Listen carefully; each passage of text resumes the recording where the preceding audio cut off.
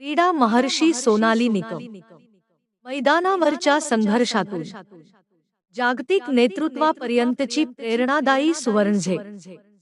पुणे विशेष प्रतिनिधी.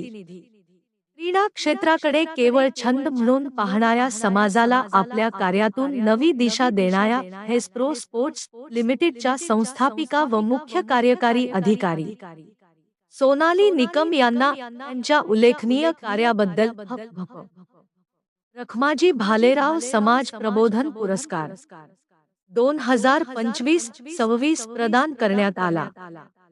हा पुरस्कार केवळ एका व्यक्तीचा सन्मान नसून तब्बल 29 वर्षांच्या प्रामाणिक, निष्ठावान आणि संघर्षमय क्रीडा सेवेचा गौरव आहे. संघर्षातून घडलेले यश. 1996 साली कबड्डीच्या मैदानात खेळाडू म्हणून सुरू झालेला सोनाली निकम यांचा प्रवास आज क्रीडा नेतृत्वाच्या सर्वोच्च पातळीपर्यंत पोहोचला आहे.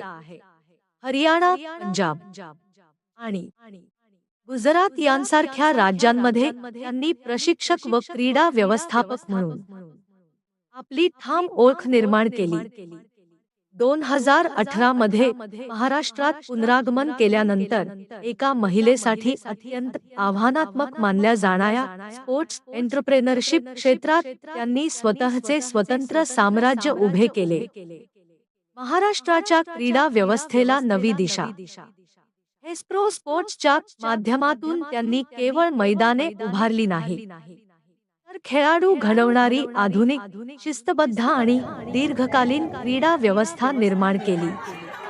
राष्ट्रीय कबड्डी प्रशिक्षक म्हणून त्यांनी गुजरात राज्याच्या 19 वर्षांखालील महिला संघाचे मार्गदर्शन केले असून पुणे विभागीय क्रीडा संकुलातील अत्याधुनिक कबड्डी प्रशिक्षण केंद्र त्यांच्या दूरदृष्टीचे जिवंत उदाहरण आहे. पुरस्कारांची उज्ज्वल परंपरा. सोनाली निकम यांच्या कार्याची दखल राष्ट्रीय पातळीवर वेळोवेळी घेण्यात आली आहे. त्यांना यापूर्वी जनै मुक्ताई सामाजिक क्रीडा पुरस्कार 2020, शाबा जाधव राष्ट्रभूषण पुरस्कार 2023, उत्तम भारती क्रीडा राष्ट्रीय पुरस्कार 2024 असे प्रतिष्ठित पुरस्कार मिळाले असून आता समाज प्रबोधन पुरस्कार मिळाल्याने त्यांच्या कार्याच्या शिरपेचात आणखी एक मानाचा तुरा रोवला गेला आहे. पुरस्कार वितरण सोहळा.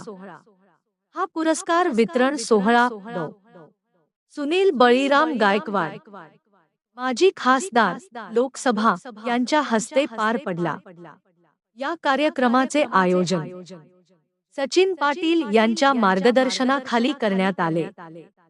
या सोहळ्यात महाराष्ट्रातील शिक्षण, आरोग्य, समाजसेवा, आर्थिक, पत्रकारिता, क्रीडा अशा 6 विविध क्षेत्रांतील एकूण 6 मान्यवरांना पुरस्कार प्रदान करण्यात आले.